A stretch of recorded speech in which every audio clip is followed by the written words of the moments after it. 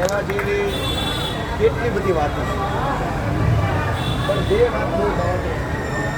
એક કે આમ આદમી પાર્ટીનો પાયો ગુજરાતમાં નાખ્યો ત્યારે પાયામાં જેનું યોગદાન છે એવા મનોજભાઈ સોરઠિયા આ વખતે ચૂંટણીમાં ઉભા.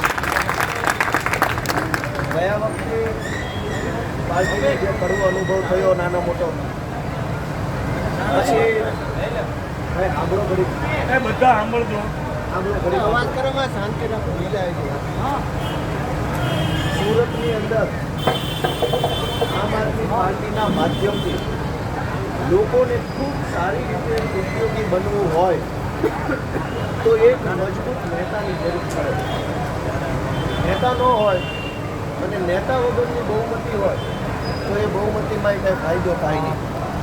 ભાજપની બહુમતી આવે પણ નેતા નથી. એટલે કેજરીવાલ સાહેબે અને ઈશુદાન ગઢવી નક્કી કર્યું કે મનોજભાઈ સોરઠિયા સુરતમાં ચૂંટણી લડશે.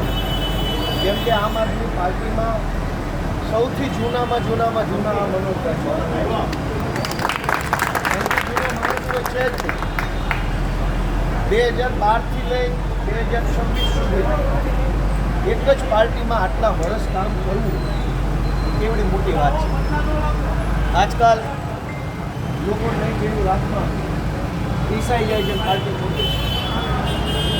આ પાર્ટીને હવે સફળતા મળશે એવું લાગે છે.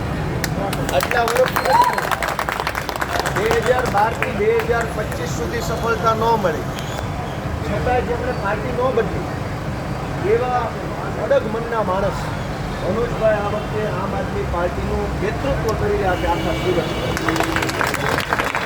આ પાર્ટી જીતશે તો એના નેતા મનોજભાઈ સોરઠિયા બનાવશે.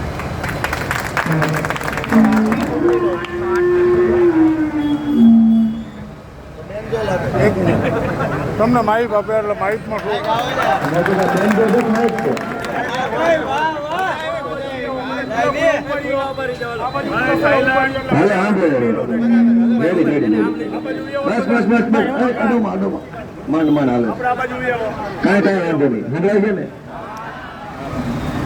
તો આ પાર્ટીના ચૂંટણી પછી નેતા મનોજભાઈ સોરઠિયા બનવાના છે અને એ કેજરીવાલ સાહેબે એને ઈશુદાન ગઢવીએ નક્કી કર્યું છે. કેમ કે સુરત એ આમ જોઈએ તો અમદાવાદ કરતા ધંધાની દ્રષ્ટિએ મોટું શહેર છે. સુરતમાં હીરાનો ધંધો એ સાંભળો ઘડીક છોકરાઓ એને ઘડીક 2 મિનિટ સાંભળો અરે સાંભળો ઘડીક સાંભળો કયો એને કયો સાંભળો ઘડીક એની શાળા બનવાની છે ને એમાં રાજી થયા છે. માણહારી નિહાળમાં ભણવા મળશે. આ સુરત એમાં હીરા અને ટેક્સટાઇલ્સ આ બે ધંધા એવા છે જે દુનિયાભરના દેશોમાં જોડાયેલ છે. અમદાવાદમાં એવું નથી. સુરતમાં આઈટી સેક્ટર બહુ વધી રહ્યું છે ધીમે ધીમે. આપણે રેલવે સ્ટેશન આજુબાજુ અનેક આઈટી ઓફિસો ચાલુ થઈ છે. મોટા વરાછામાં થઈ છે. Software developing, website developing. હવે એ ઇન્ટરનેશનલ ધંધો છે. દુનિયાના બધા દેશોમાં અહીં બેઠા બેઠા વેપાર થાય.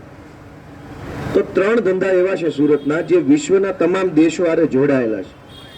એવું અમદાવાદમાં નથી. હશે નાના મોટા ધંધા ન્યાય હશે, વિદેશમાં વેપાર ન્યાય થતો હશે, એક્સપોર્ટ ઇમ્પોર્ટ, પણ સીધી રીતે અહીંથી જે હીરા ઘસાય, અહીંથી જે હીરા પોલિશ થાય એ હોંગકોંગમાં જાય ને દુબઈમાં જાય ને અમેરિકામાં જાય, રશિયામાં જાય, રશિયાથી રફ આવે. એટલે આ 3 ધંધા વિશ્વ કક્ષાના છે જે આખા સુરતના તમામ નાનાથી નાના માણસને રોજગારી આપે છે. હવે જે શહેરની અંદર વિશ્વ કક્ષાનો ધંધો હોય એ શહેરની સુવિધા પણ વિશ્વ કક્ષાની તો હોવી જોઈએ ને. અને એટલે સારું શહેર બનાવવું હોય તો સારો નેતા પહેલા જોઈએ. એટલે આ વખતમાં સૌથી મોટો આ વોર્ડ નંબર 4, 5 મુદ્દા 2 છે. એક કે મનોજભાઈ આ ચૂંટણીમાં ઊભા છે. આમ આદમી પાર્ટીના આટલા વર્ષોથી નિષ્ઠાવાન સૈનિક તરીકે કામ કરતા આગેવાન છે.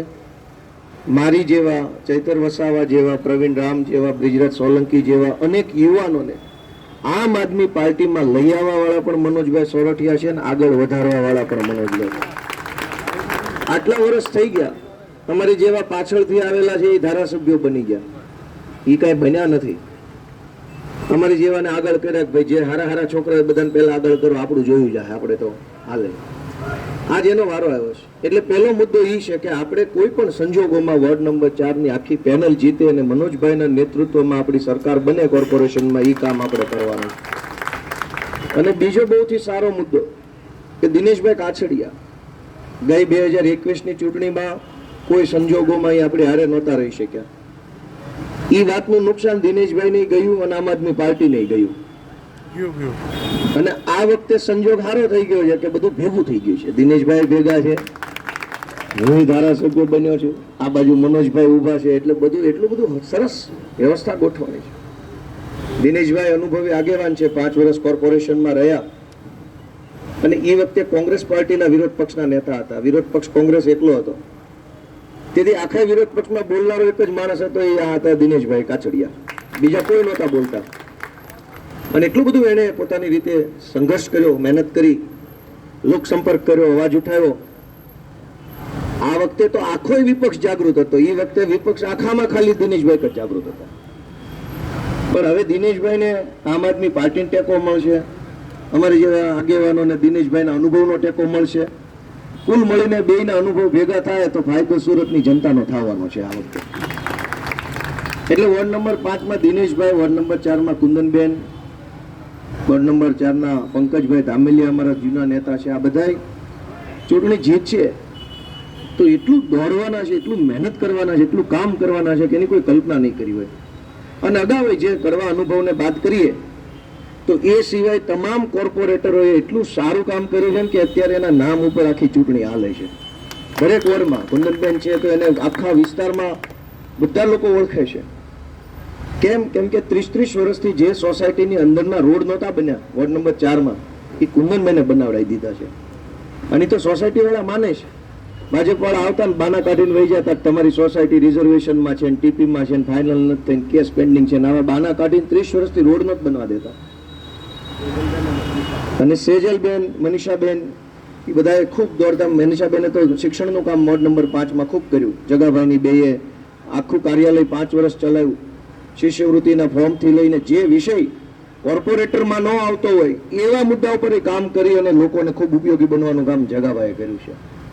સેજલબેન, સુરેશભાઈ, એના ઘરના અશોકભાઈ, આ બધાએ ખૂબ 12 માસ 5 વર્ષ સુધી સક્રિય રહીને દોડધામ કરી. અને એટલે આ વખતે આખા ગુજરાતના સંજોગ કંઈક નવા દેખાય છે.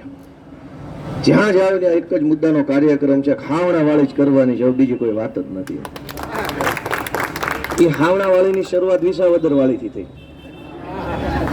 અને એમાં આ મનોજભાઈ, આ પંકજ છે, એ કતારગામની મારી ચૂંટણીમાં આખી ચૂંટણીનું A to Z મેનેજમેન્ટ આ પંકજ ધામેલિયા કતારગામમાં જોયું હતું. અને વિસાવદરની ચૂંટણીમાં હું ઉમેદવાર હતો તો મારું A to Z વહીવટ હતો એ પંકજ ધામેલિયા સંભાળતો હતો.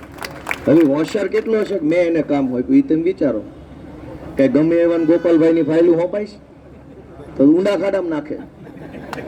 2 ચૂંટણી જિંદગીમાં મોટી લડ્યો હું, અને બે ચૂંટણીનું મેનેજમેન્ટ આખું કામકાજ પંકજ ધામેલિયા સંભાળતો હતો. એટલો હોશિયાર